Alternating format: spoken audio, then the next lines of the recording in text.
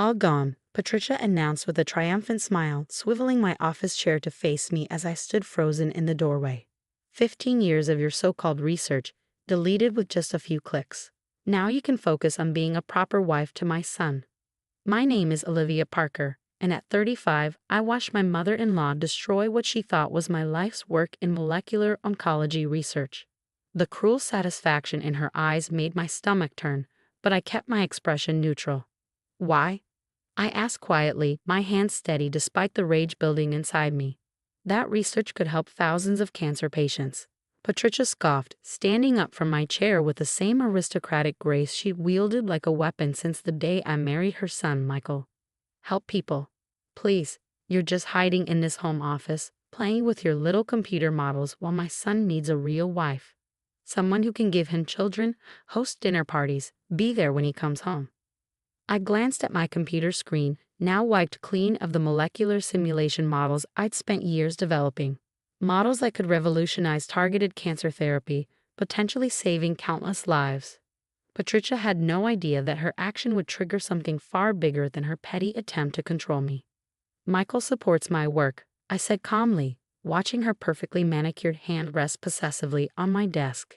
He understands its importance. Michael is too kind to tell you the truth, she sneered. He married a doctor, not a hermit who spends more time with computer models than her own husband. I'm doing you both a favor. The irony of her words almost made me laugh. My research wasn't just about finding new cancer treatments, it was personal. I'd watched my own mother fade away from breast cancer when I was 16, helpless as traditional treatments failed her. That loss drove me to dedicate my life to finding better solutions, more targeted therapies that could save others from the same fate. I've taken care of everything else too, Patricia continued, picking up her designer handbag. All your external drives, cloud accounts, everything. It's time you accept your real role in this family. I sat down at my desk, my fingers hovering over the keyboard. You access my private accounts. Obviously, she rolled her eyes. Your passwords weren't that difficult to figure out. Really, darling, using your wedding date? Amateur. What Patricia didn't know was that those weren't my real research accounts. After years of dealing with her interference in every aspect of my life, I'd learned to be prepared. The data she deleted was a decoy. Carefully crafted duplicates of my actual research files maintained specifically for this kind of situation. You're right about one thing, I said, looking up at her. I should have been more careful with my passwords. She mistook my calm for defeat. Finally, you're seeing reason. Now, I've arranged for you to join the hospital's charity committee. Much more suitable for a doctor's wife than this endless research. My phone buzzed, a notification from my real backup system confirming that all attempts to access the secure servers had been logged and reported. Every keystroke, every deleted file, every attempted breach was documented. Patricia had just handed me exactly what I needed. I should thank you, I said, standing up. Her satisfaction faltered at my steady tone. Thank me? For what? For proving exactly what I've been telling Michael for years about you. About your need to control everything, your complete disregard for boundaries, your willingness to destroy anything that doesn't fit your narrow view of what your son's life should be. Her face darkened. How dare you? After everything I've done for this family. Everything you've done. I interrupted, pulling up the security logs on my phone. You mean like trying to access private research servers? Attempting to delete confidential medical data? Those are federal crimes, Patricia. The color drained from her face. You're bluffing. It's all gone. I made sure of it. I smiled, thinking of my real research, safely stored on secure servers at the Institute, protected by security measures far beyond Patricia's comprehension. Did you really think I'd keep 15 years of critical medical research with passwords as simple as my wedding date?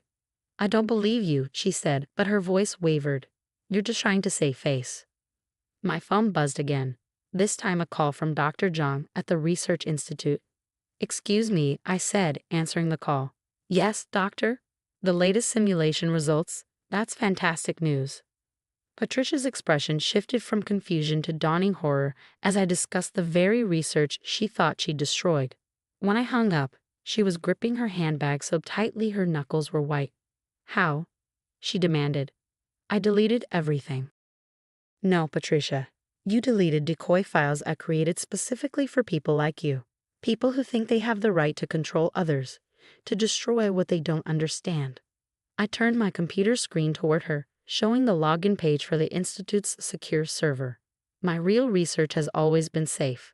What hasn't been safe is your access to this house, to my private space, to my life. You set me up, she whispered. No, you set yourself up. I just made sure I had proof when you finally crossed the line. I heard the front door open, Michael coming home from his hospital shift. Perfect timing. I think we should all have a talk about boundaries, don't you? Patricia's face contorted with rage, but before she could speak, Michael appeared in the doorway.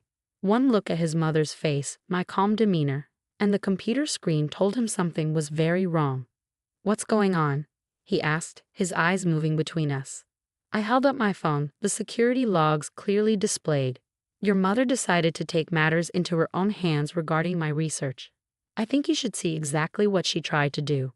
As I pulled up the evidence of Patricia's actions, I felt a weight lift from my shoulders. For years, I'd endured her subtle undermining, her constant criticism, her attempts to mold me into her idea of a proper wife. Now finally, everything was out in the open. The look on Michael's face as he read through the logs told me everything I needed to know. Patricia's carefully constructed world of manipulation was about to crumble, and my research, my real research, was safer than ever. My phone buzzed one more time, another notification from the Institute. The latest trial results were in, and they were better than we'd hoped. Sometimes the best revenge isn't confrontation or anger. It's simply proving them wrong in every possible way. The aftermath of Patricia's attempted sabotage unfolded like a carefully choreographed dance. Michael stood in my office, still scrolling through the security logs, his doctor's hands trembling slightly as he processed the extent of his mother's actions. Mom, he said finally, his voice carrying that quiet disappointment that I knew would cut Patricia deeper than any anger could. You tried to destroy Olivia's cancer research that could save lives. Patricia's perfectly composed facade cracked. I was trying to save your marriage. She spends all her time with these computers, these models. When was the last time she acted like a proper wife? I watched Michael's expression shift from disappointment to something harder. A proper wife? Like the society wives you parade around at your charity events? The ones who measure their worth by the size of their dinner parties?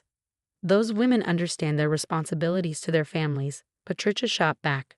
They're there for their husbands, not hiding away playing scientist. Playing scientist? I couldn't help but laugh. Should I show you the grant proposals, the trial results, the lives we've already saved with our preliminary findings? Before Patricia could respond, my phone rang again. This time, it was Dr. Anderson, head of the oncology department at Memorial Hospital. I put it on speaker deliberately. Dr. Parker, your latest trial results are remarkable. His excited voice filled the room. The targeting mechanism you've developed could revolutionize how we treat aggressive breast cancers. When can you present to the board? I met Patricia's eyes as I responded. I'll send you the full data package tomorrow, doctor. We're seeing an 82% reduction in tumor size with minimal impact on healthy tissue. After I hung up, the silence in the room was deafening. Michael broke it first. 82%, Liv? Why didn't you tell me it was going so well? I was waiting for the final confirmation, I said softly. I didn't want to get hopes up until we were sure. Patricia stood there, her perfectly coiffed hair and designer outfit suddenly seeming like armor that was cracking. This doesn't change anything, she insisted, but her voice lacked its usual conviction. Family should come first. Family does come first, Michael said, moving to stand beside me. And Olivia's research is about family. Or did you forget how we met? I closed my eyes, remembering that day in the hospital 5 years ago. I was presenting my early research findings to the oncology department, and Michael, then a new surgical resident, had stayed after to ask questions. His sister had died of breast cancer the year before, the same type my research targeted. We connected over shared loss and shared purpose. That's different, Patricia protested. You're a real doctor, Michael. You save lives in the operating room, not playing with computer models. Those computer models, Michael's voice was tight with anger, have just shown better results than any current treatment protocol. Do you know what that means? It means fewer mothers losing their daughters, fewer children growing up without mothers. Like me, I added quietly, like Sarah. Michael's sister's name hung in the air like a physical presence. Patricia flinched. She started, but for once she seemed at a loss for words. I think you should leave, Michael said firmly, and I want your key to our house. You've lost the right to unrestricted access. You can't be serious. I'm your mother. Yes, and you just tried to destroy research that could save lives because it didn't fit your idea of what a wife should be. Being my mother doesn't give you the right to sabotage my wife's work or our marriage. Patricia's face crumpled, not in genuine remorse but in the realization that she finally pushed too far. She fumbled in her bag, pulled out her house key, and placed it on my desk with shaking hands. You'll regret this, she said, but the threat in her voice sounded hollow. Both of you. After she left, Michael turned to me. Why didn't you tell me you suspected she might try something like this? I sighed, pulling up the real research data on my secure server. Would you have believed me? She's always been so careful to maintain plausible deniability to make me look oversensitive or paranoid when I raised concerns. He ran a hand through his hair, a gesture I knew meant he was processing difficult truths. I should have seen it. All those little comments, the constant criticism disguised as concern. Hey, I touched his arm gently. You're seeing it now. That's what matters. Show me, he said suddenly. Show me everything she tried to destroy. I want to understand exactly what you've been working on. For the next hour, I walked him through the research models, the trial results, the potential implications for cancer treatment. His medical background helped him grasp the technical details, but it was his personal investment, the memory of his sister, that made him understand the true importance of the work. Sarah would have loved this, he said finally, staring at the molecular models rotating on my screen. She always said science would find a better way. That's why I couldn't let your mother's actions slide this time, I explained. It's not just about me or my career. It's about all the Sarahs out there, all the daughters and mothers and sisters who deserve better treatment options. My phone buzzed with another email from the Institute. The board wanted to fast-track the next phase of trials based on our results. As I read the message aloud, I saw something shift in Michael's expression. What is it? I asked. I was just thinking about all the times Mom talked about proper wives and family obligations, he said. But what you're doing here, this is the greatest service to family I can imagine. You're literally fighting to keep families together. I leaned against him, feeling the steady strength that had supported me through years of research, trials, and setbacks. We're fighting together. Your surgical insights have been invaluable to understanding how these treatments would work in practice. Partners, he said, kissing the top of my head. Partners, I agreed, thinking how different this was from Patricia's vision of marriage as a hierarchy with wives in subordinate roles. My computer pinged with another backup confirmation, reminding me that while Patricia had tried to destroy my work, she'd only succeeded in proving why it was so important to continue. Sometimes the people who try to tear you down end up giving you the strongest reasons to keep building. Should we celebrate? Michael asked, gesturing at the trial results still displayed on my screen. 82% is amazing. I smiled, already thinking about the next phase of research. Let's celebrate by proving we can make it even better. Because that's what real partners do. They build something meaningful together, regardless of what others try to destroy. 6 months after Patricia's attempted sabotage, I stood at the podium of the International Cancer Research Conference, presenting our breakthrough findings to a packed auditorium. In the front row, Michael beamed with pride, while hundreds of oncologists and researchers listened intently to how our targeting mechanism was revolutionizing cancer treatment. The Phase 2 trials have shown a consistent success rate of 87% in reducing aggressive tumor growth. I explained, clicking through slides of before and after imaging. More importantly, patient recovery times have been cut in half due to minimal impact on surrounding healthy tissue. The questions that followed were thoughtful and enthusiastic. As I addressed each one, I couldn't help but think about Patricia's words. Playing scientist. If she could see this moment, see how our research was already saving lives, would she understand what she tried to destroy? After the presentation, Dr. John approached us, her eyes bright with excitement. Dr. Parker, the Gates Foundation representatives want to meet with you. They're interested in funding a global implementation program. As we discussed the possibilities, I felt a tap on my shoulder. Turning around, I found myself face to face with Linda, Patricia's best friend from the hospital charity committee. Olivia, she said, her voice subdued. I owe you an apology. Patricia told us such different stories about your work, made it sound like a hobby that was destroying your marriage. But this, she gestured at the conference hall, this is extraordinary. Before I could respond, Michael stepped in. My wife's hobby has just revolutionized cancer treatment. Maybe you can mention that at the next charity meeting. Linda had the grace to look embarrassed. Actually, Patricia hasn't been to any meetings lately. Not since, she trailed off.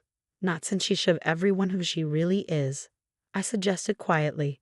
The past 6 months had transformed more than just our research. Patricia's actions had rippled through her carefully curated social circle, her country club friends, even her church group. The truth about her attempt to destroy life-saving medical research had stripped away her facade of the concerned mother-in-law. Later that evening, Michael and I celebrated in our hotel room with takeout and champagne. To my brilliant wife, he toasted, who not only outsmarted cancer cells but also proved that the best revenge is spectacular success. I clinked my glass against his, to partnerships that matter. My phone buzzed, an email from the hospital board. They wanted to name the new research wing after Sarah, Michael's sister. I showed him the message, watching his eyes fill with tears. She would have loved this, he said softly, not just the research, but seeing you stand up there today, proving everyone wrong. Speaking of proving people wrong, I hesitated, then pulled out an envelope from my briefcase. This came yesterday. Inside was a letter from Patricia. Michael read it aloud. Olivia, I saw your research featured in the medical journal. 87% success rate. All those lives you'll save. I was wrong. So terribly wrong, not just about your work, but about everything. I let my own narrow vision of what a wife and mother should be blind me to the incredible impact you're making. I don't expect forgiveness, but I needed you to know that I understand now. Patricia. Michael set the letter down. Are you going to respond? I thought about it. Maybe. Not today, but someday. When it feels right. You're a better person than she deserved, he said, pulling me close. It's not about being better, I replied. It's about understanding that success doesn't look the same for everyone. My version of being a wife, a doctor, a researcher, it's different from what she imagined, but it's no less valuable. My phone buzzed again, this time with photos from the first patient in our trial, now in complete remission. Her daughter had sent pictures of their first family vacation since the diagnosis, full of smiles and hope and future. This is what matters, I said, showing Michael the photos. This is what your mother almost destroyed. Not just files on a computer, but hope for families like this. We stayed up late into the night, planning the next phase of research, discussing the new research wing, imagining all the possibilities ahead. The backup system that had protected my work from Patricia still ran smoothly in the background, but it represented something different now, not just protection from destruction, but preservation of hope. As I drifted off to sleep, I thought about how sometimes the people who try to tear us down end up being the catalyst for our greatest achievements. Patricia had tried to force me into her mold of a proper wife, but in doing so, she'd only proved why it was so important to be exactly who I was, a researcher, a doctor, a wife who showed love through dedication to saving lives. The next morning, I had one more presentation to give, this time to a group of young female medical students. Looking out at their eager faces, I knew that the story they needed to hear wasn't just about molecular research or cancer treatments. It was about standing firm in your convictions, protecting your work, and proving that success comes in many forms. Because sometimes the best response to someone trying to delete your dreams is to back them up, stand your ground, and show the world exactly what they tried to destroy.